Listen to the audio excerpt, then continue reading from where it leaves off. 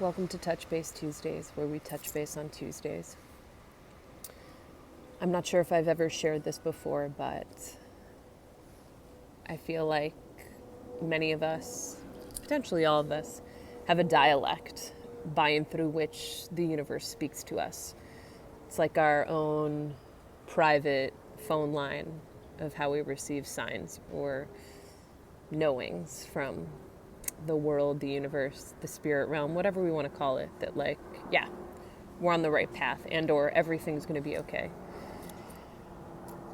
My dialect is subways and sidewalks. The universe speaks to me in subways and sidewalks. Either I run into people on the subway or the sidewalk and or something happens on the subway or the sidewalk with a stranger that is prophetic and lets me know I'm on the right path and or that everything's going to be okay.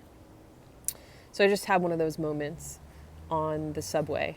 I was really frustrated and upset and activated about something, and I sat down on the subway clutching my backpack, and I was going to meditate. I do transcendental meditation every day.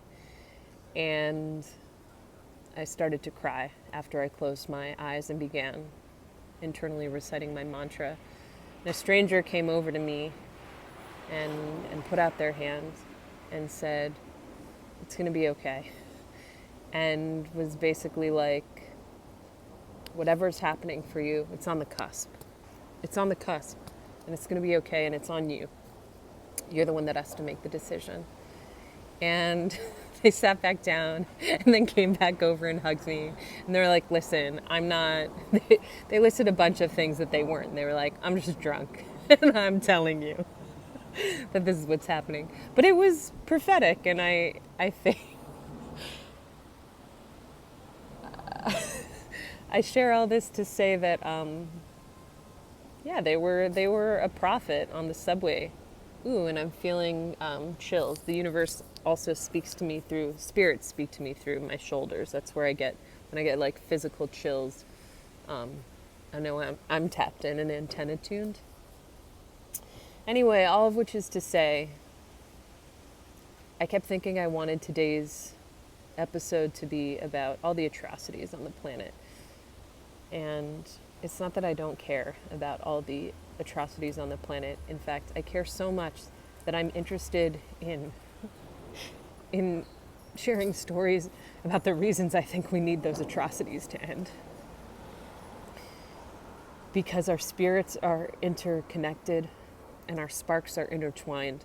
And if we don't know like what loveliness and awe it is worth saving this clusterfuck of a mess for, then what's the point? And so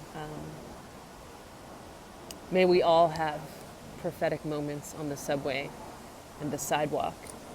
May we have access to transit and sidewalks and stoops and homes.